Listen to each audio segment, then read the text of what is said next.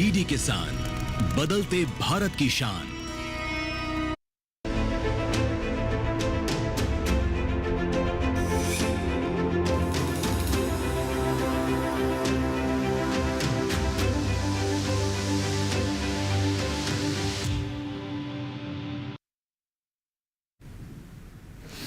नमस्कार, आप देख रहे हैं दूरदर्शन किसान। मौसम खबर में आप सभी का स्वागत है। मैं हूं मोनालिसा। मौसम खबर में बताएंगे आपको देश के किन हिस्सों में हो सकती है बारिश और कहां रह सकता है मौसम साफ। इसके अलावा वायु की गुणवत्ता, पर्यटन पूर्वानुमान की भी देंगे जानकारी। लेकिन आइए सबसे पहले बड़ी खबर पर नजर डाल लेते हैं। मौसम से जुड़ी हुई 5 बड़ी खबरों में सबसे पहले बात करेंगे तमिलनाडु पुडुचेरी की।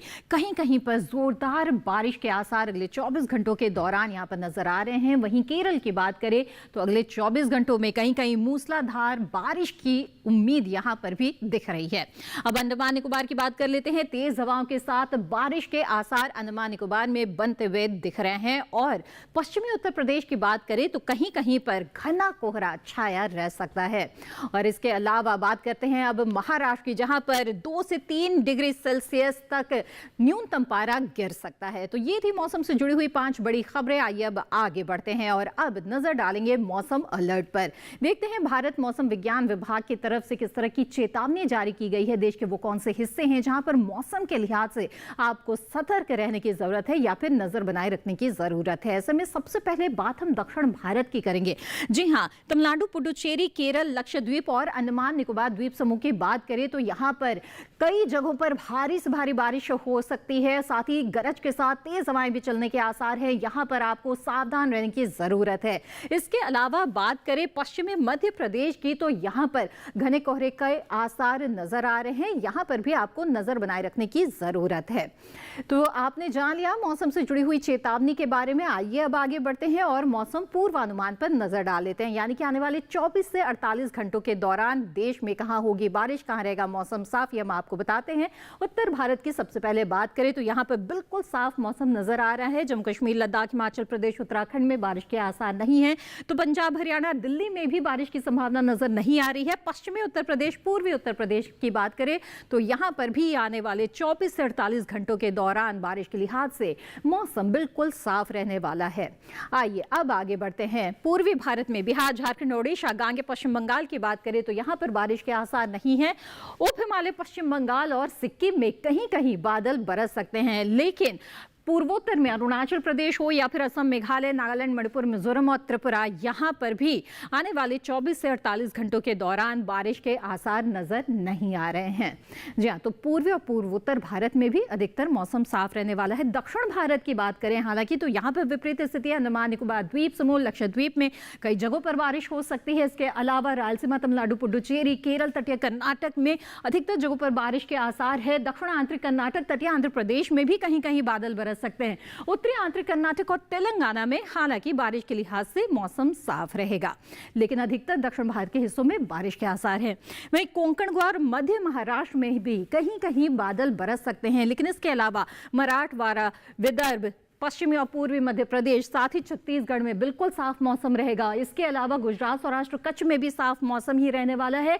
और राजस्थान, चाहे वो पश्चिमी हिस्सा हो या फिर पूर्वी हिस्सा हो, यहां पर भी फिलहाल बारिश के कोई आसार नजर नहीं आ रहे हैं आने वाले 24 से 48 घंटों में। तो यहां पर भी साफ मौसम।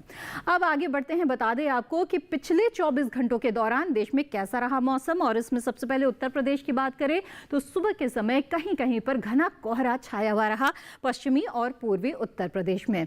इसके साथ ही बात करते हैं अब उप हिमालय, पश्चिम बंगाल, सिक्किम, साथ ही असम, मेघालय, अरुणाचल प्रदेश, नागालैंड, मणिपुर, मिजोरम और त्रिपुरा में भी कई जगहों पर बारिश दर्ज हुई है पिछले 24 घंटों में। इसके साथ ही ओडिशा में भी कहीं कहीं बादल बरसे हैं पिछले 24 घंटों की, खासतौर पर अगर बात करें तो पूर्वोत्तर भारत में और साथ ही पूर्वी भारत के ओडिशा में कुछ जगहों पर बादल बरसे हैं। दक्षिण भारत में कई जगहों पर बारिश हुई है। अंडमान निकोबार द्वीप समूह, लक्षद्वीप, इसके साथ ही तटीय आंध्र प्रदेश, रायलसीमा, तमिलनाडु, पुडुचेरी, इसके अलावा केरल, दक्षिण आंतरिक कर्नाटक और साथ ही तटीय कर्नाटक में भी कई जगहों पर पिछले 24 घंटों के दौरान बादल बरसे हैं। तो जाना आपने पिछले 24 घंटों में देश में कैसा रहा मौसम का मिजाज। और इसी के साथ यहाँ पर मौसम खबर में वक्त हो चला है छोटे से ब्रेक का। जल्द हाजिर होंगे, आप बने रहें दूरदर्शन किसान पर। 605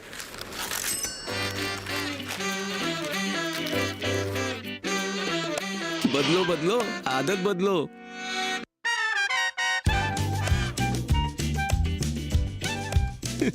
बदलो बदलो, आदत बदलो। अब नजदीकी बैंक जाकर फटे पुराने नोट्स बदलिए। अगर बैंक मना करे तो आरबीआई के ओम्बुड्समैन से शिकायत करें। आरबीआई कहता है, जानकार बनिए, सतर्क रहिए। हेलो, कार्यक्रम के पहले कॉलर जुड़ गए होंगे। इस बीच हमारे पास कुछ ईमेल्स भी आए हैं। सवाल पूछिए अपना। में जो मकान पैदा करेंगे इनमें कौन सी सावधानी बरतनी है? गर्म इलाकों के लिए आप HRM 99 इनसे आप कुछ फल ले सकते हैं। जैस्मीन के पेड़ पे जैस्मीन फल निहाय। उसको पूरी खुली धूप चाहिए। फसल में कीट लगा हो या कोई बीमारी, पशुपालन में हो कोई दिक्कत या चाहिए कोई जानकारी, फोन उठाइए, नंबर मिलाइए और कहें हेलो किसान। सोमवार, बुधवार और शुक्रवार शाम 6 से 7 बजे सिर्फ डीडी किसान पर।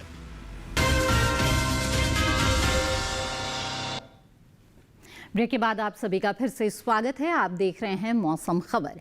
आइए मौसम खबर में अब आगे बढ़ते हैं और बात करते हैं तापमान की। जी हाँ, अधिकतम और न्यूनतम तापमान की क्या स्थिति है देश के अलग अलग हिस्सों में, ये हम आपको बताने वाले हैं। तो आइए नजर डाल देते हैं अगले मैप पर और देखते हैं कि देश के अलग अलग शहरों में बीते दिन तापमान की क्या स्थिति रही।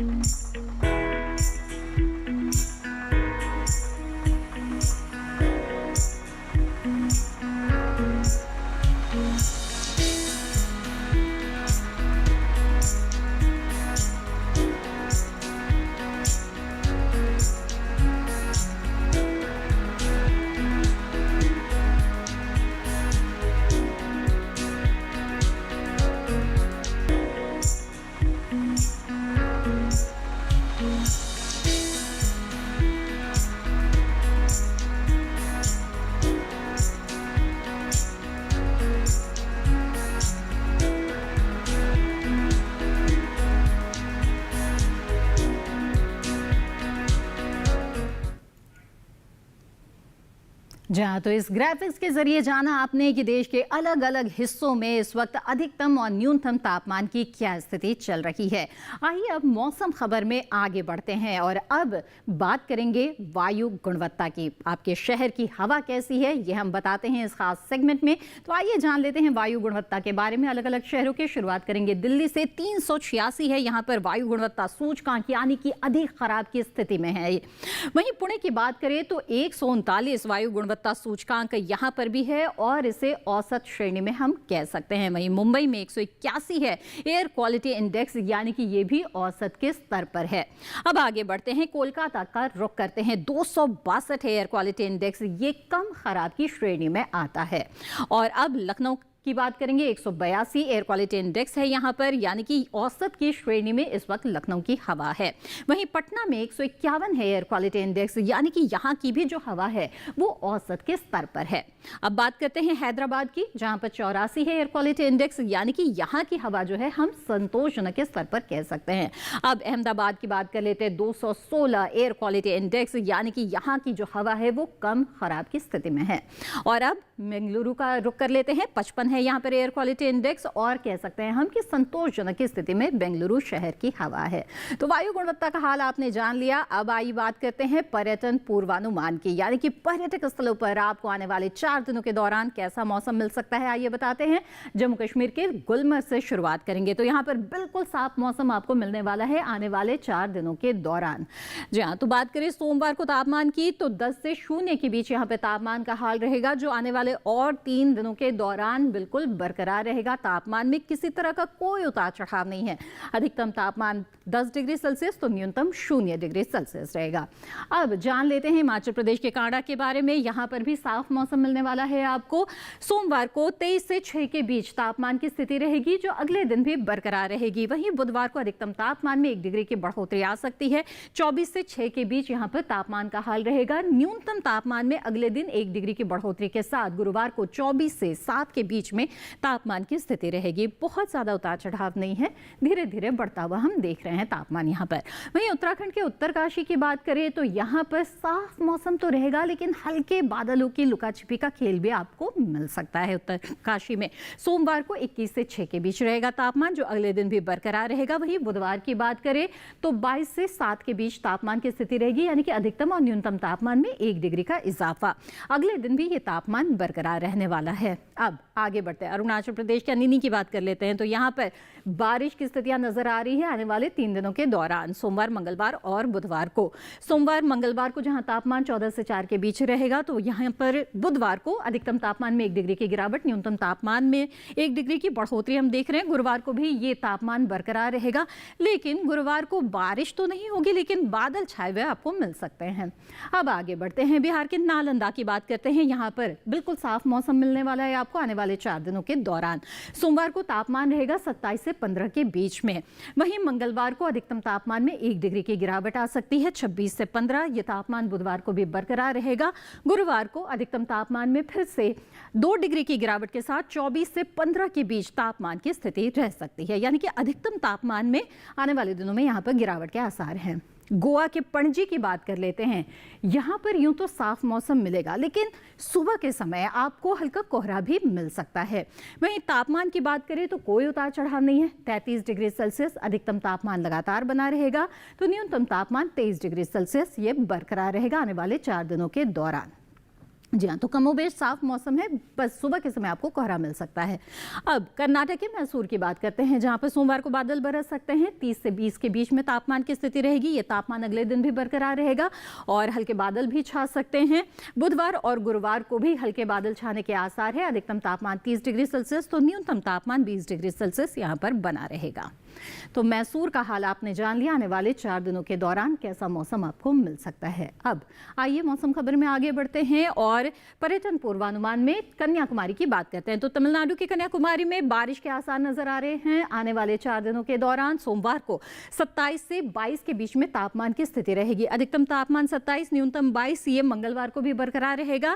बुधवार को न्यूनतम तापमान में 1 डिग्री की बढ़ोतरी आ सकती है और 27 से 23 के बीच तापमान रहेगा। गुरुवार को अधिकतम तापमान में 1 डिग्री की बढ़ोतरी आ सकती है और 28 से 23 के बीच तापमान की स्थिति रहेगी। लगातार बारिश आपको मिल सकती है यहाँ पर।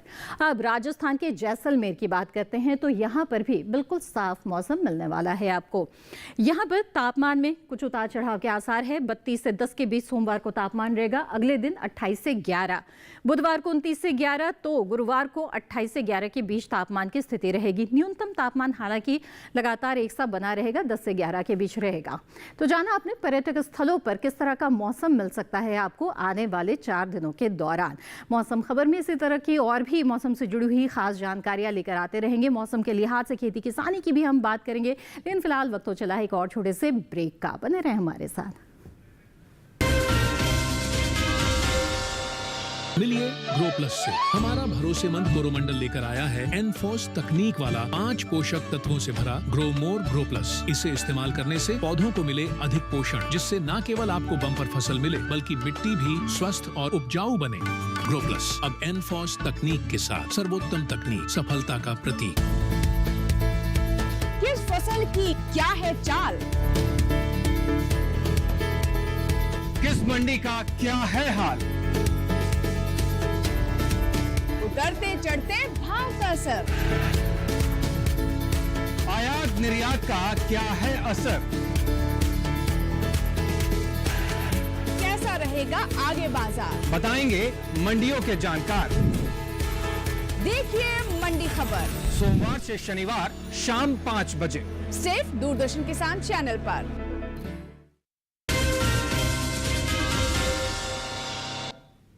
ब्रेक के बाद आप सभी का फिर से स्वागत है। आप देख रहे हैं मौसम खबर। मौसम खबर में आइए अब मौसम के लिहाज से खेती किसानी की बात करते हैं। जी हां, रबी फसलों की बुआई का बहुत ही उपयुक्त समय ये चल रहा है। साथ ही किस जगह पर किसान को कौन सी फसल लेनी चाहिए और ठंड के इस मौसम में फसलों की देखभाल किस तरह से करें, इन जानकारियों के लिए आइए रुक करते हैं AI एंकर कृष का।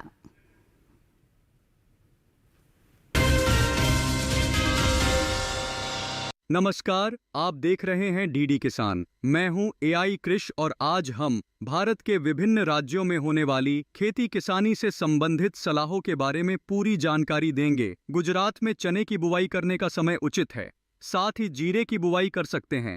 किसान गेहूं की बुवाई कर लें, इसके अलावा आलू की रोपाई करें। किसान सरसों की बुवाई कर लें, इसके साथ ही गन्ने की बुवाई कर सकते हैं। यहाँ सोयाबीन की कटाई करें, वहीं मूंग की बुवाई कर लें। गुजरात में उड़द की बुवाई कर सकते हैं। किसान धनिये की बुवाई कर लें। गुजरात के किसान बैंगन की बुवाई करें। यहीं लहसुन की बुवाई करने का समय उपयुक्त है, वहाँ टमाटर की बुवाई कर लें। इसी तरह गुजरात में हरी मिर्च की बुवाई कर सकते हैं। राजस्थान में गेहूं की बुवाई कर लें। किसान जौ की बुवाई कर सकते हैं। वहीं मूंगफली के खेत में सिंचाई करें। इसके अलावा मूंग की बुवाई कर सकते हैं। साथ ही सरसों के खेत में खुदाई और निराई कर लें। यहाँ अजवाइन की बुवाई कर सकते हैं। इसके अलावा मेथी की बुवाई कर लें। राजस्थान में मूली की बुवाई करें। इसके साथ ही गाजर की बुवाई कर सकते हैं। वहाँ फूल गोभी की रोपाई कर लें। किसान पत्ता गोभी की रोपाई करें। राजस्थान के किसान कपास की चुनाई कर सकते हैं। इस समय चने की बुवाई कर लें। यहीं ईसबगोल की बुवाई करते रहें।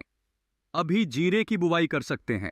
इसी तरह कृषि और किसानों से जुड़ी हर महत्वपूर्ण जानकारी के लिए हमारे साथ जुड़े रहिए और देखते रहिए डीडी किसान। धन्यवाद। धन्यवाद कृष इस अहम जानकारी के लिए। तो खास तौर पे गुजरात और राजस्थान के किसानों को इस वक्त किन किन फसलों की बुआई करनी चाहिए और किस तरह से फसलों की देखभाल करनी है, ये आपने जाना। आइए अब आगे बढ़ते हैं और देखते हैं कि भारत मौसम विज्ञान विभाग पुणे की कृषि मौसम वैज्ञानिक डॉक्टर आशुतोष मिश्र की इस वक्त आपके लिए क्या सलाह है। जम्मू एवं कश्मीर में गेहूं, जई और मटर की बुआई का कार्य जारी रखा जा सकता है। लहसुन और प्याज की रुपाई भी इस समय जारी रख सकते हैं। साथ ही चने एवं सरसों की बुआई का कार्य यथाशीघ्र पूर्ण कर लें। हिमाचल प्रदेश में गेहूं की बुआई का कार्य जारी रखा जा सकता है। प्याज और लहसुन की रुपाई भी जारी रखी जा सकती है।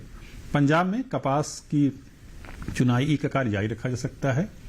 साथ ही परिपक्व गन्ने की कटाई भी इस समय कर सकते हैं।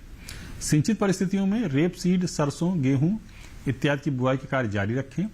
जौ की बुआई तथा बैगन और टमाटर की रुपाई भी इस समय कर सकते हैं। हरियाणा में चना और जौ की बुआई हेतु समय अनुकूल बना हुआ है। सरसों एवं गेहूं की बुआई कार्य भी जारी रखा जा सकता है। साथ ही पहले से बोई जा चुकी सरसों, मटर और आलू की फसलों में हल्की सिंचाई भी दे सकते हैं। उत्तर प्रदेश में परिपक्व धान की कटाई और मड़ाई का कार्य समय किया जा सकता है। साथ ही गेहूं की बुआई जारी रखने की सलाह भी दी जा रही है। चना, मटर, मसूर, सरसों आदि की बुआई का कार्य यथाशीघ्र पूर्ण कर लें। फूल गोभी, पत्ता गोभी, टमाटर, ब्रोकली और मिर्च की रुपाई का कार्य जारी रख सकते हैं। मध्य महाराष्ट्र में परिपक्व धान, रागी और गन्ने की कटाई का कार्य जारी रखें। मक्का, चना और गेहूं की बुआई कार्य भी जारी रखा जा सकता है। जल्दी बोए गए गेहूं और ज्वार में निराई गुड़ाई करके सिंचाई भी दी जा सकती है। मराठवाड़ा में परिपक्व कपास की चुनाई और गन्ने की कटाई कार्य भी किया जा सकता है। साथ ही सिंचित गेहूं की बुआई भी कर सकते हैं। ज्वार, गेहूं और अरहर में हल्की सिंचाई भी दी जा सकती है। तो कृषि वैज्ञानिकों की सलाह के मुताबिक अगर आप खेती किसानी करेंगे तो निश्चित तौर पर अच्छी पैदावार ले पाएंगे, क्योंकि गुणवत्ता भी अच्छी मिलेगी आपको और कीट व रोग की आशंका भी इसमें कम हो जाती है। बहरहाल इस मौसम में आप हरी मिर्च की खेती कर सकते हैं। चूँकि जो हरी मिर्च है वो खाने का जायका ही बढ़ा देती है, इसलिए इसकी मांग हमेशा बनी रहती है। ऐसे में हरी मिर्च की व्यावसायिक खेती अगर आप करें तो निश्चित तौर पर आपको अच्छा लाभ हो सकता है, लेकिन ज़रूरी ये है कि आपको अच्छी उपज मिले। तो इसकी खेती के लिए किस तरह की वैज्ञानिक पद्धति आपको अपनानी चाहिए, आइए जानते हैं इस रिपोर्ट के जरिए।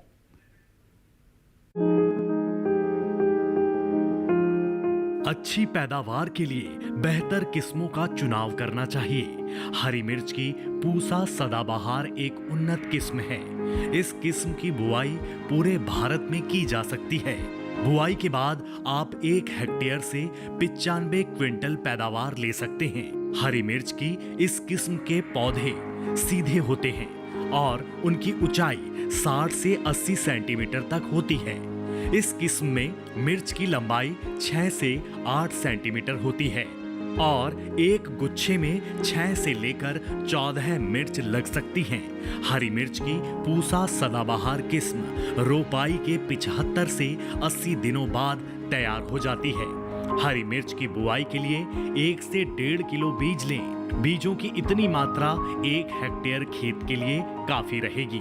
बुआई करते समय कतार से कतार की दूरी 45 से 60 सेंटीमीटर और पौध से पौध का फासला 30 से 45 सेंटीमीटर रखें।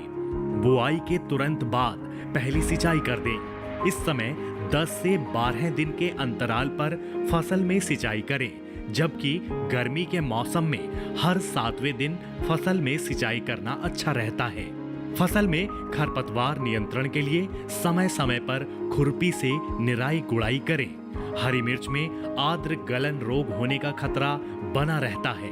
इसके अलावा थ्रिप्स और माहू कीट भी लग सकता है। हरी मिर्च की फसल को रोगों से बचाने के लिए विशेषज्ञों की सलाह लेते रहें।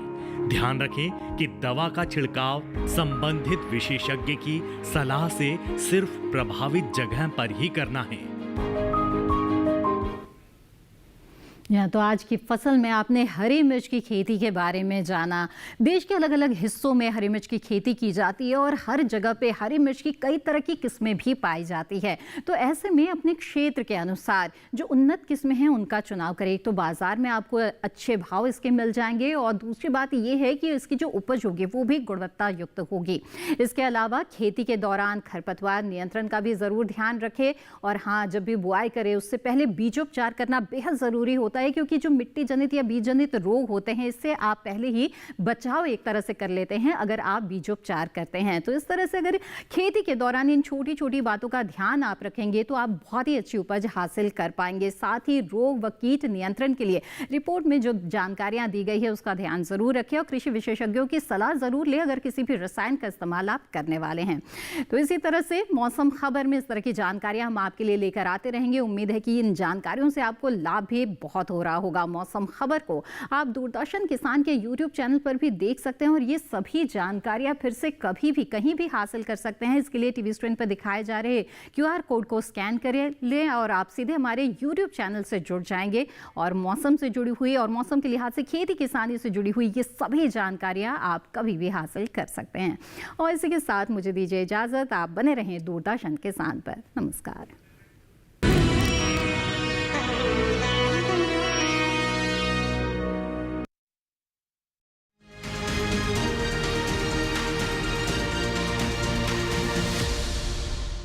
प्रिय किसान बहनों और भाइयों, नमस्कार। आज एक खुशखबरी दे रहा हूं आपको। प्राकृतिक आपदाओं के कारण फसलों के नुकसान पर अपने प्रधानमंत्री श्रीमान नरेंद्र मोदी जी ने प्रधानमंत्री फसल बीमा योजना बनाई, लेकिन 2 नुकसान इसमें कवर नहीं थे जिसकी लंबे समय से आप मांग कर रहे थे। एक, जंगली जानवरों से होने वाला नुकसान और दूसरे, अतिवृष्टि के कारण, बाढ़ या जल भराव के कारण फसलों को होने वाला नुकसान। अब मैं आपको प्रसन्नता के साथ ये सूचना दे रहा हूं कि ये दोनों नुकसान भी फसल बीमा योजना में कवर कर लिए गए हैं। जंगली जानवर अगर फसलों को नुकसान करते हैं तो भी नुकसान की भरपाई होगी और जल भराव के कारण भी अगर फसल खराब होती है तो भी नुकसान की भरपाई होगी। प्रधानमंत्री जी को बहुत बहुत धन्यवाद। अब देर मत कीजिए, जल्दी अपनी फसल का बीमा करवाइए। धन्यवाद।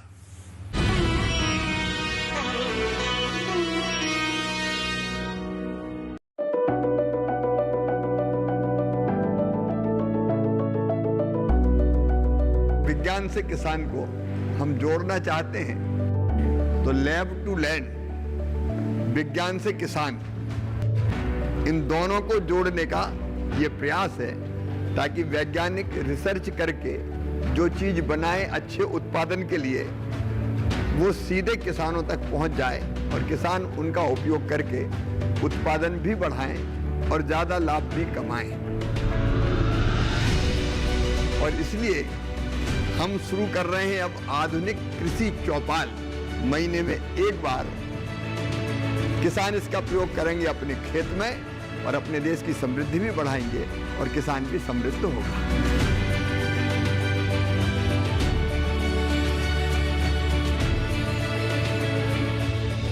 देखिए कार्यक्रम कृषि चौपाल विज्ञान से किसान तक हर माह के दूसरे शनिवार को दोपहर 2 बजे सिर्फ दूरदर्शन किसान पर।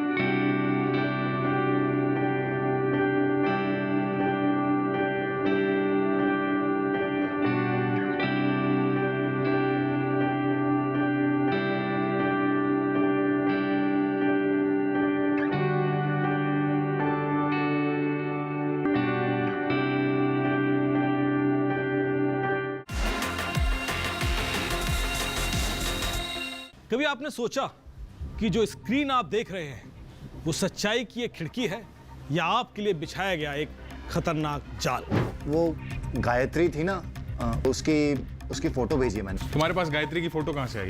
और ये फ्रॉड अकाउंट कैसे हो सकता है? मेरी तो रोज गिनी जी से बात हो रही है। क्या आप इन गिनी मैडम का नंबर और फोटो भेज सकते हैं? सीसीटीवी में दिख रहा है? चेहरा तो नहीं दिख रहा, मास्क पहना रहता था। सर आपने मंगाया था कुछ? हाँ कि मैंने मास्क हटा दी। ये देख कैसे? AI से। ठीक है, keep going. Alright, let's go boys.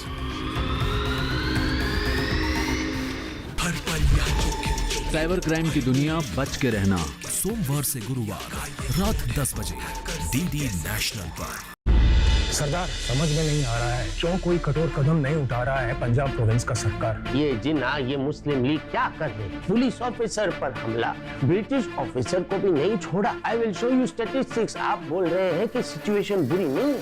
कतई मंजूर नहीं हमें इतना छोटा पाकिस्तान। ऐसा नहीं लगता कि आप कुछ ज्यादा ही मांग रहे हैं मिस्टर जिन्ना? इससे कम कुछ भी मंजूर नहीं हमें।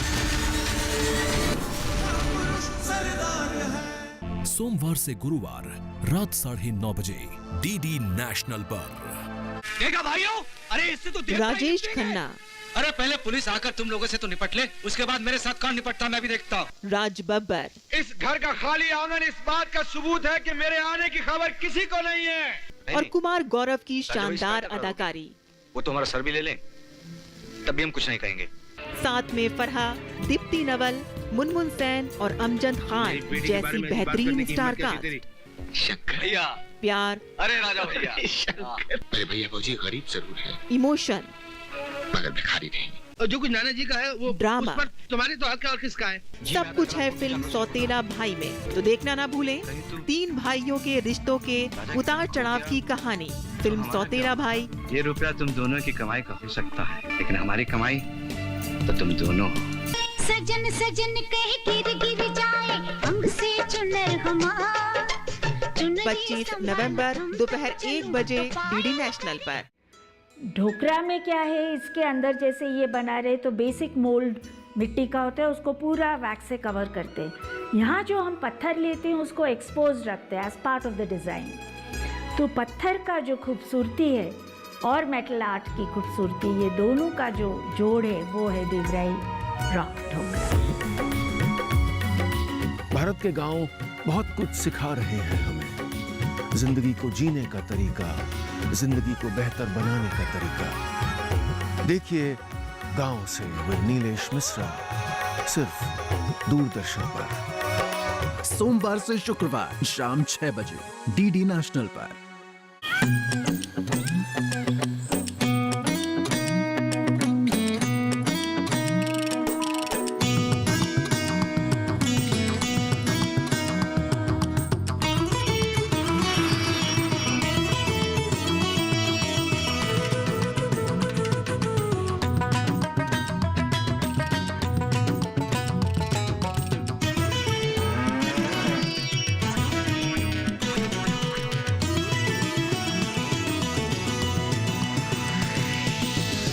किसान, बदलते भारत की शान।